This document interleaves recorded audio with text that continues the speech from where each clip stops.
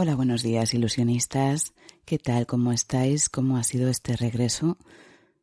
Si es que habéis regresado ya de vuestras vacaciones, de este tiempo que nos hemos tomado, algunos para descansar, otros para todo lo contrario, para crear, quizás para volar, para sacar la mente de sus espacios habituales. Te doy la bienvenida a La Ilusionista. Yo soy Carlota Garrido. Este es un espacio donde hablamos de historias, de las historias que construyo yo, pero también de las que construís vosotros. También hablamos de escribir, de narrativa y de muchas otras cosas. En el podcast de hoy hablaremos de historias no lineales, de la estructura narrativa y de por qué en inglés hay dos palabras para referirse a la historia, mientras que en castellano solo hay una. Os adelanto ya estos contenidos, pero antes quería hablaros de mi amiga Anita. Quería hablaros de una persona que me inspira mucho y con la que he estado en contacto estos días. Y eso es casi un milagro, porque la verdad es que vivimos a 800 kilómetros de distancia y no tenemos mucha oportunidad de vernos durante el año. Intentamos vernos una vez, 2 veces. Casi podría decir que cuando nos vemos se produce como una tormenta perfecta a nivel climatológico y vital, porque lo que ella provoca en mí y lo que yo provoco en ella se parece mucho, si no es lo mismo que la inspiración. Así que siempre vuelvo revuelta con nuevas ideas, con nuevos proyectos cuando la veo. Anita apareció en mi vida en septiembre de 2014. Yo hacía lo que hago siempre, que es huir. Ella hacía lo que hace siempre, que es improvisar. Yo respondí a un anuncio donde se alquilaba una habitación en la calle Rua do Vilar de Santiago de Compostela. Envié un email larguísimo explicando que me gustaba el cine, las infusiones en invierno y el café muy cargado por las mañanas. No sé por qué, pero gané el casting. Yo me estaba separando y Anita estaba a punto de irse a vivir con el tipo del que luego se separaría. Me dijo que podía llamarla Ana o Lola y que su novela favorita era Ada o el ardor, de Nabokov. El primer día tuvimos nuestra primera crisis de nervios, porque se nos rompió uno de los cristales de la galería de nuestra casa de Rua do Vilar, que era antiquísimo, como toda la casa. Entonces íbamos las dos por la calle como alma en pena, Anita buscando un cristalero y yo una peluquería donde cortarme el pelo casi al cero, que es lo que hago cuando entro en crisis y no sé qué hacer. Ella me acompañó, contempló el desastre y después me invitó a comer un pincho de tortilla y pasamos la tarde decorando diademas de flores. Tenía tanta ímpetu en probárselas que se puso una antes de que se secara la cola y se le quedó pegada a la cabeza, por lo tanto casi tenemos que utilizar la tijera para sacar la corona de flores de la cabeza y casi acabamos calvas, las dos. El segundo día montamos un mercadillo de ropa vintage en un bar de Santiago donde servían buen licor café y donde me pasé la tarde hablando con una señora de 47 años que acababa de quedarse embarazada sin saber muy bien cómo. El tercer día fuimos a un centro de rehabilitación de personas dependientes a comprar muebles. Así era todo con Ana. Ana me sacó del ensimismamiento, me acompañó en el abismo de los peores meses de mi vida, enseñándome lo que había que saber de Compostela, dónde había que ir para conocer a la gente más extraña del mundo, tipos que se habían escapado del Callejón del Gato, poetas lusistas, camareros que habían sido marinos en otra vida, estudiantes náufragos, señoras por las que era mejor no saber ni preguntar y anestesistas que podían haber salido en Fariña. Ana me explicó que esto sí y esto no. Y al cabo de unos años fue ella la que empezó a preguntar, ¿esto sí? ¿Esto no? Cuando reconstruíamos el mundo lo hacíamos de un modo cada vez más frágil y temerario. Todos estos años nos hemos quedado presenciando los desastres de la otra sin ninguna intención de evitarlos. Eso nos ha llevado a situaciones muy variopintas, como la de volver en un tren regional de La Mancha llorando a lágrima viva, como si fuéramos personajes de Viaje a la Alcarria. pasear bajo el cielo ciclogénesico de La Coruña, porque pensamos que era el clima adecuado para tomar las decisiones más importantes de nuestra vida. Hacer falsos movimientos, falsos intentos de dejarlo todo, perder la cabeza, perder unas sábanas prestadas, tentativas destructivas, conspiraciones telefónicas, mudanzas, manchas de rímel, cambios de peso. Drama, oh, the drama. Y en medio de todo eso también calamares en Louro, calamares en muros, nocheviejas en la salita, tardes de anginas y discos de tangos, talleres de sombreros, cartas del tarot, videntes, el desencanto, el traje de boda de Bianca Jagger y lo más feo que ha visto una colcha. 2 plazas de funcionarias, 2 pisos independientes, meigallos, la vida de nadie y el concepto más importante de toda nuestra filosofía, la piedra angular, la clave de bóveda de esa mínima estructura interna que nos sujeta. Ante todo, elegancia existencial. La elegancia existencial es una actitud vital, un plan de emergencia, es una buena confitería, un libro de poemas, un aperitivo al sol con el corazón sucio, una peluquería o unas gafas de sol que salen al rescate de la autoestima en el momento del estropicio. La elegancia existencial no se trata de fingir que no sufrimos, porque a eso no se puede aspirar y la verdad es que tampoco lo pretendemos. Se trata de sufrir con dignidad, con clase, mirando con el rabillo del ojo la siguiente curva y buscando una buena playlist que nos allane el terreno. Elegancia existencial tampoco va de ir con el alma en pena, sino de aceptar con estoicismo el golpe, recuperando los placeres plebeyos. Para recordar, si es que alguien lo ha puesto en duda alguna vez o a nosotras mismas se nos olvida, que ante todo somos unas señoras nacidas en La Coruña. Y eso, que no es poco, a veces es todo lo que nos queda. El existencialismo es un coruñismo. Marc, ¿nunca has estado enamorado? No, he sido camarero toda mi vida.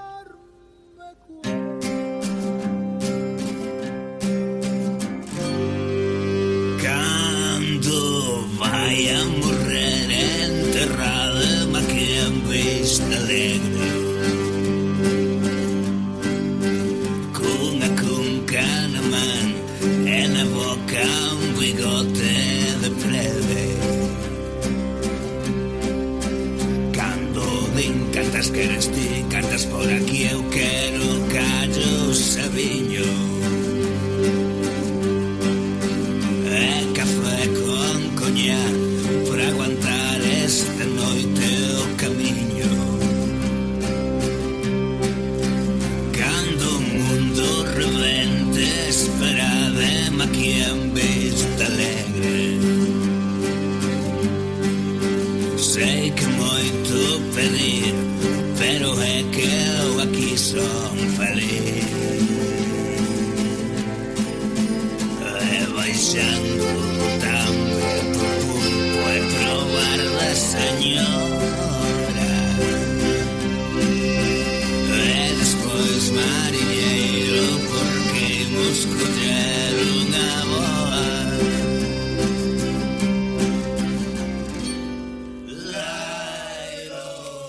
Y te comento las formas de ponerte en contacto con este podcast, que son Telegram, @radioilusionista, en Twitter estamos en @redrumblues y también puedes seguir parte de este universo alocado a través de mi Instagram, @farovagalume. Te sugiero que escuches los otros podcast episodios de La Ilusionista si te han gustado, y que si ninguna de estas vías de comunicación va contigo, pues simplemente nos des un me gusta si te ha gustado o dejes un comentario en iVoox y siempre intento contestar. En el podcast de hoy pues quería hablar un poco de esta historia, de la narratividad, de la estructura narrativa. Un podcast un poco más técnico sobre por qué contamos una historia en un determinado orden y no en otro. Veréis, yo me hice esta pregunta porque me había llamado siempre la atención que en castellano tuviéramos una sola palabra, historia, para referirnos a la disciplina humanística que estudia pues, los acontecimientos sucedidos cronológicamente en el tiempo. Y también utilizamos esa misma palabra historia para referirnos al relato, a la narrativa. Como sabéis, en inglés tenemos 2 palabras para esto: history, con H, para referirnos a esa disciplina del conocimiento, y luego tenemos story, con S, para referirnos a lo narrativo, al relato. Esto me llamaba la atención hasta el punto de que yo pensaba que quizás tenían raíces etimológicas diferentes.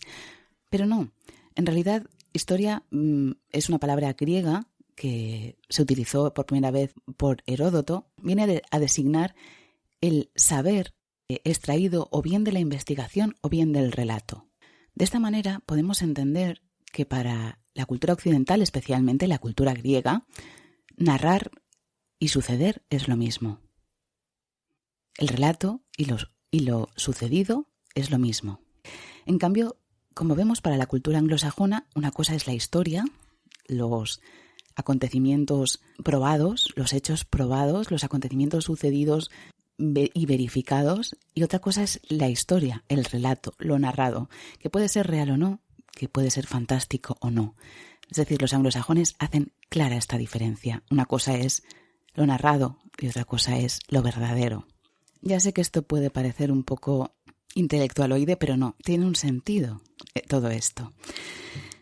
Veréis, yo recuerdo perfectamente el momento en que me di cuenta de por qué sucedía esto. Fue en mi clase de literatura universal con un maravilloso profesor que tuve la suerte de tener durante el bachillerato y al que luego he podido seguir asistiendo a sus clases, que da fuera del instituto, en el Centro Octubre de Valencia y en otros sitios, que es Enrique Iborra. Alguna de nuestras oyentes lo conoce. Es una eminencia aquí en Valencia, ha publicado libros sobre cómo enseñar literatura. Tiene un método completamente innovador a la hora de entender la pedagogía de la literatura y a mí, desde luego, me ha marcado la vida, a mí y a todas mis compañeras del instituto, porque por primera vez, a través de sus clases, entendimos que había disfrute en leer. La cuestión es que era un profesor, bueno, os lo podéis imaginar, ¿no? Tipo el Club de los Poetas Muertos, que nos trataba de igual a igual, que nos hacía partícipe de la interpretación de las obras comentadas, que no nos encargaba leer el libro entero, sino que a lo mejor lo que le interesaba era que leyéramos un determinado capítulo o un cuento, y seleccionaba muy bien las lecturas y nos obligaba a posicionarnos ante ellas. El caso es que en el comentario de la Odisea nos hizo una pregunta que no supimos resolver, y la pregunta era: ¿por qué la Odisea comienza con Telémaco en lugar de con Ulises? Claro, es una pregunta que puede parecer pues poco trascendental, ¿no? O inocente. Pues yo qué sé, porque al autor le habrá dado por ahí. Pero precisamente en esa respuesta inocente está la clave. La Odisea, ese poema homérico, transmitido generación tras generación, no tiene una estructura narrativa lineal, no empieza desde el principio hasta el final, sino que tiene constantes saltos en el tiempo. No empieza con Ulises, empieza con su hijo Telémaco en Ítaca. ¿Por qué? Porque hay un autor detrás. Porque hay un autor detrás que se ha dado cuenta que subvirtiendo la estructura narrativa, la obra gana. Parece una tontería, pero no lo es. Pensemos, por ejemplo, en otras obras literarias fundacionales tan antiguas como la Odisea, la misma Ilíada, la Eneida o la Biblia, el Antiguo y el Nuevo Testamento. Son cronológicas. Ninguna de estas obras altera la linealidad del tiempo. Y esto, créeme, sé que está muy de moda porque sé que estos días estáis yendo todos a ver Tenet. Imaginaros cómo se ha complicado desde los tiempos de la Odisea hasta los tiempos de Christopher Nolan. Pero es así. La Odisea es la primera obra literaria de la historia de la humanidad en la que la estructura temporal se cambia en pro del impacto estético, en pro de la historia entendida según los griegos, la historia entendida como narración. Esto no es un descubrimiento mío, obviamente, lo podéis encontrar ampliamente descrito en el blog de Enrique, La Serp Blanca, pero también lo encontráis en un capítulo del libro de Auerbach que se llama La cicatriz de Ulises, y creo que también lo nombra la autora de El infinito en un junco, que los ingleses diferencian el mito y el logos, mientras que en la cultura occidental procedente de Grecia mezclamos y hacemos un buen cóctel entre lo narrado y lo sucedido, y el origen está en esta gran obra modernísima de la literatura occidental que es la Odisea de Homero, donde se altera constantemente este orden de los acontecimientos. No va primero lo primero y después lo de después. De hecho, incluso en ese pasaje en el que Ulises llega al país de los feacios, la historia se vuelve atrás, es decir, hay un flashback donde Ulises nos cuenta todas sus aventuras desde que salió de Troya,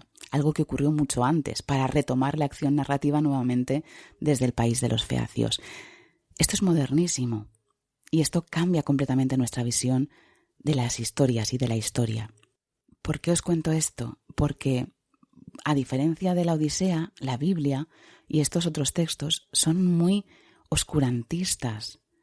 Van simplemente a contar el hecho, dan fe de lo ocurrido sin mostrar ningún interés estético. No hay un autor detrás, no hay una intención narrativa detrás. Cuando construimos una historia y pensamos en ella en términos lineales y cronológicos, probablemente la estamos ahogando. No le estamos dando todas sus posibilidades ni toda su potencialidad narrativa, especialmente si pensamos en ella cronológicamente. Para que esa historia respire, para que esa historia esté viva, para que esa historia nos muestre la complejidad de la foto general, normalmente tenemos que jugar con la estructura y ver realmente si nos interesa que lo primero sea lo primero, o nos interesa contar antes lo último, o lo de en medio. ¿Qué estructura narrativa le va a nuestra historia? Es casi tan importante como qué historia estamos contando. Entonces te sugiero que pienses en esto, en qué es lo primero que quieres decir de tu historia, qué es lo segundo que quieres decir, pero no necesariamente pienses en qué es lo primero que ocurre y qué es lo segundo. Es un cambio de paradigma que creo que puede favorecer el resultado final de tu cuento o de la historia que estés contando.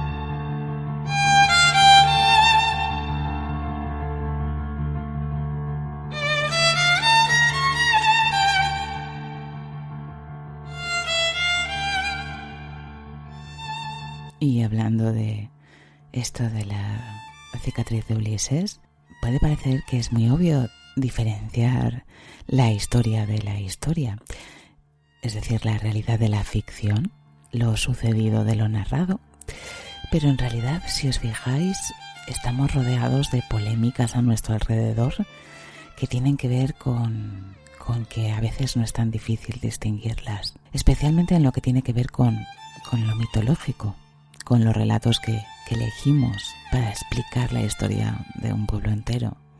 Esta semana se ha producido una de esas polémicas entre historia narrada e historia oficial. Ha tenido lugar a raíz de la campaña promocional del libro de la serie de Patria de HBO, que está basada en el libro de Fernando Aramburu, Patria, que narra la historia de dos familias que son amigas de toda la vida y por circunstancias políticas se ven obligadas a enfrentarse durante muchos años, en los que se cuenta el transcurso del conflicto político vasco a través de la historia de estas dos familias. En estas dos familias hay un asesinato, hay una víctima de ETA, que es el Chato, y su mujer, Vittori, que es quien lo descubre en la calle muerto.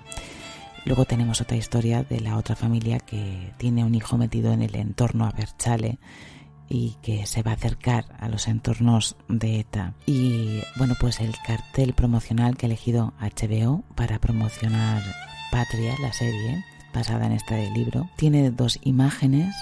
En una vemos el momento del asesinato del Chato, para los que hayáis leído la novela, y en otro vemos un momento de abuso y tortura policial. Las dos imágenes son muy potentes, yo ya lo dije en Twitter, una parece totalmente una Piedad y la otra un Caravaggio.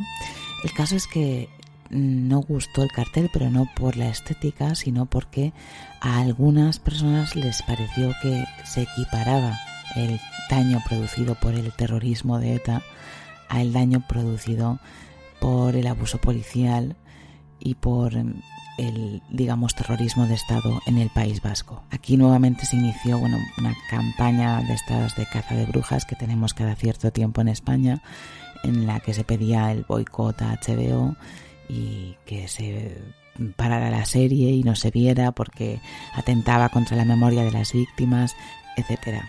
Y yo, nuevamente me pregunto aquí hasta qué punto se está confundiendo lo narrado con lo ocurrido y hasta qué punto seguimos siendo tan infantiles que pues en nuestra búsqueda de mitos lo seguimos mezclando y seguimos teniendo esa mirada tan infantil que somos incapaces de diferenciarlo. En fin, no pretendía nombrar este tema porque sé que es señalar, ¿no?, de alguna manera un tema polémico sobre el que cada cual puede tener su punto de vista propio y su propia sensibilidad, la cual es perfectamente bienvenida, pero esta mañana he escuchado a Eduardo Madina, que fue una víctima del terrorismo, y he escuchado a Eduardo Madina hablar en Más de Uno en Onda Cero sobre este tema y me ha gustado mucho lo que ha dicho, así que os lo dejo como reflexión. Y esa es la clave, es ficción.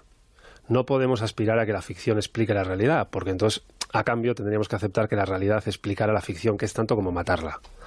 Y no podría haber ficción de ningún tipo, ni audiovisual ni literaria, porque si todo tiene que ser con arreglo específico a lo que las ciencias sociales dicen y a lo que los historiadores dicen, entonces que se entreguen los bolis y se disuelvan todos los escritores y las plaquetas de rodaje de todos los directores, las actrices y los actores. Es ficción. ¿Se ajusta más o menos? Pues ya lo veremos en función de la serie, ¿no?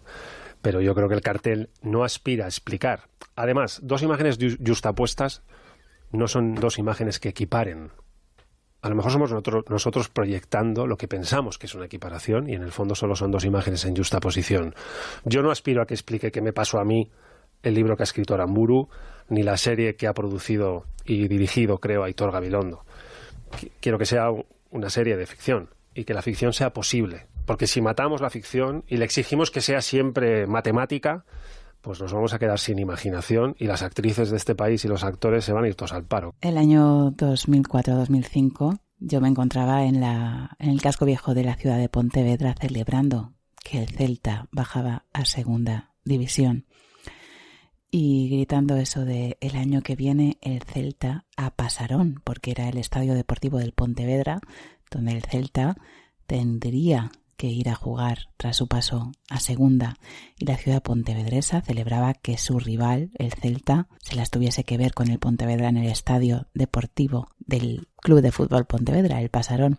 En aquel momento todo era alegría y estallido por pasar delante de las narices de los vigueses su derrota. Tardas unos años en darte cuenta que en realidad te pareces más al Celta bajando a segunda que al Pontevedra celebrando la derrota del contrario. Y septiembre se parece un poco a eso. Septiembre se parece un poco a bajar a segunda división. Así que os dejo con este tema septembrino, de las cosas que asumen su existencia igual que el Celta bajó a segunda división. Os deseo mucha elegancia existencial para este mes de septiembre. Mi nombre es Carlota Garrido y esto es La Ilusionista. De que imos falar, señor? Da supervivencia. Da vida. Do amor. Da morte. Do sexo. Do matrimonio. Da rebeldía.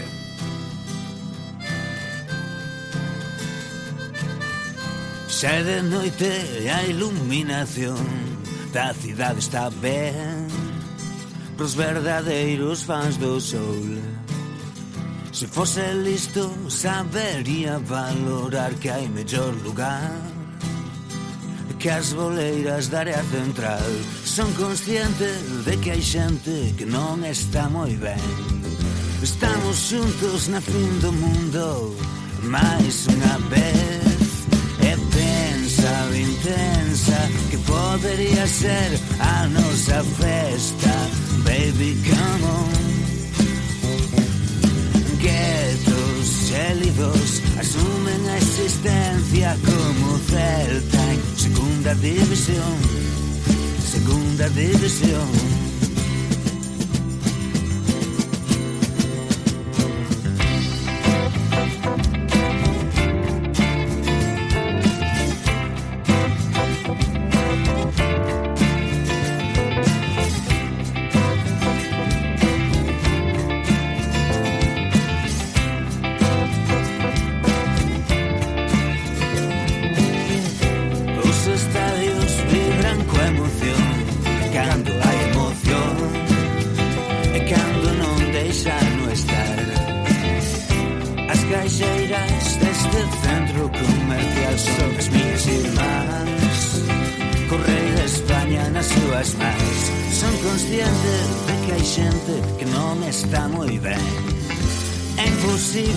Ser normais unha vez máis. E penso intenso que podería ser agora mesmo un saxofón. Notas sórdidas asumen a existencia como Celta en segunda división. Segunda división.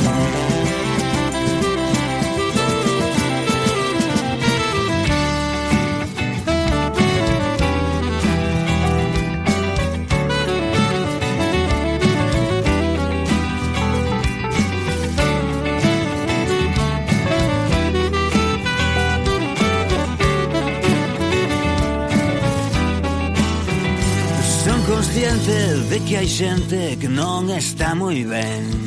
Estamos xuntos na fin do mundo máis unha vez.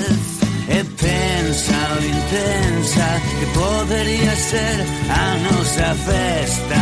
Baby, come on.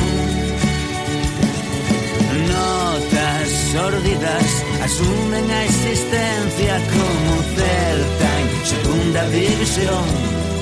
Segunda división, segunda división.